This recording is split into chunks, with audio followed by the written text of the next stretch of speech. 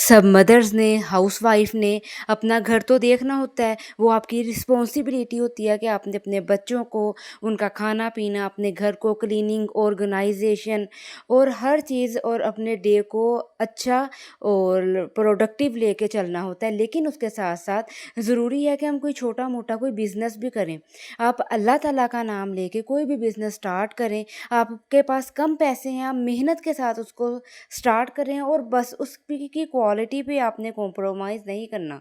और उसके बाद देखिएगा आप अल्लाह से दुआ कीजिएगा, अल्लाह ताला कैसी बरकत आपके काम में डालते हैं। सो मैं सारी ये हाउसवाइफ्स को कहती हूँ जो भी होम मेकर्स हैं, क्योंकि आपका खुद का भी फाइनेंशियली तौर पे स्ट्रॉन्ग होना ज़रूरी है।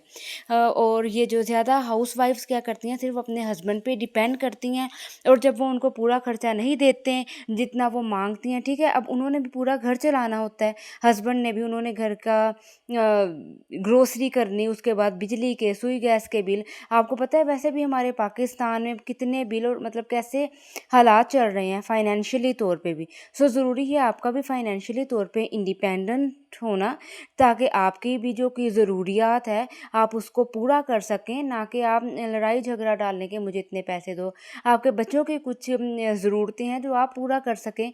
कभी बंदे का दिल करता है कि मैं अपनी पसंद की ड्रेसिंग करूं और वो एक्सपेंसिव होता है, आप उससे नहीं बाय कर सकते। सो उस टाइम फिर आप डिप्रेशन में सम टाइम चले जाती हैं, स्ट्रेस में। और उसके अलावा जब आप बस हाउस वाइफ ही बन के रहती हैं ना, और कोई आप जॉब वगैरह के लिए नहीं निकलती, ठीक है? जॉब करना तो सबके लिए पॉसिबल नहीं होता, मुश्किल होता है कि आप नहीं सारा कुछ ऐसे ना हैंडल कर सकते और हेल्पर भी नहीं रख सकते। वैसे हेल्पर रखना तो जो मैं बताऊँ पर्सनली तौर पे मुझे भी नहीं पसंद बिल्कुल भी, क्योंकि वो मेरी मदर के घर तो हम जब जब से माशाल्लाह हम वहाँ पे रहे हैं, स्टार्ट से ही हेल्पर थी, तो लेकिन मुझे उनका काम इतना कभी पसंद ही नहीं आता था। मैं पीछे फिर-फिर के कहती थी, तो फिर मतलब कर लेती थी और वो फिर गुस्सा भी करती थी। लेकिन उसके बाद फिर मैंने जब अपने घर में मतलब शादी होके आई, तो फिर मैंने हेल्पर नहीं रखी कभी भी। ठीक है? मैं अपने घर का काम खुद करती हूँ और इसमें बरकत भी होती है। और उसके बाद हम आते हैं अपने टॉपिक पे कि आपको फाइनेंशियली स्ट्रॉन्ग होना ज़रूरी है। जैसे कि मैं आपको अपना बताती हूँ कि आपके पास चाहे 10,000 भी है ना, आप उससे अपना बिज़नेस स्टार्ट करें। क्या करें, आप सूट ले लें कोई, उससे 200-300 का कोई प्रॉफ़िट रख के उसको सेल कर दें, या कोई भी अच्छी चीज़ मतलब कि क्वालिटी पे ना बस कॉम्प्रोमाइज़ कीजिएगा, अच्छी चीज़ लिएगा और मेहनत कीजिएगा, अल्लाह ताला ज़रूर बरकत डालेंगे। और यहाँ पे आप देख रहे हैं कि मैं डस्टिंग कर रही हूँ, क्लीनिंग कर रही हूँ। अच्छा, मैं आपको एक बेस्ट टिप बता दूं कि जब आपने अपने रूम को या अपने घर को क्लीन करना है ना, सबसे पहले जब आपने ये ब्रश लगा लेना है, ठीक है? ब्रश या झाड़ू लगा लेना है।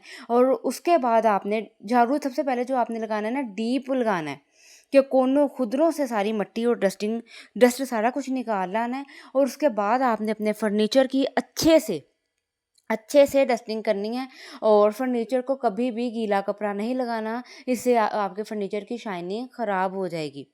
और उसके बाद आप अपना ये जो क्लीनिंग का टाइम है ना, क्लीनिंग और डस्टिंग का टाइम, इसका आपने अलहदा रखना है, मेरी तरह सेपरेट इनका काम रखना है।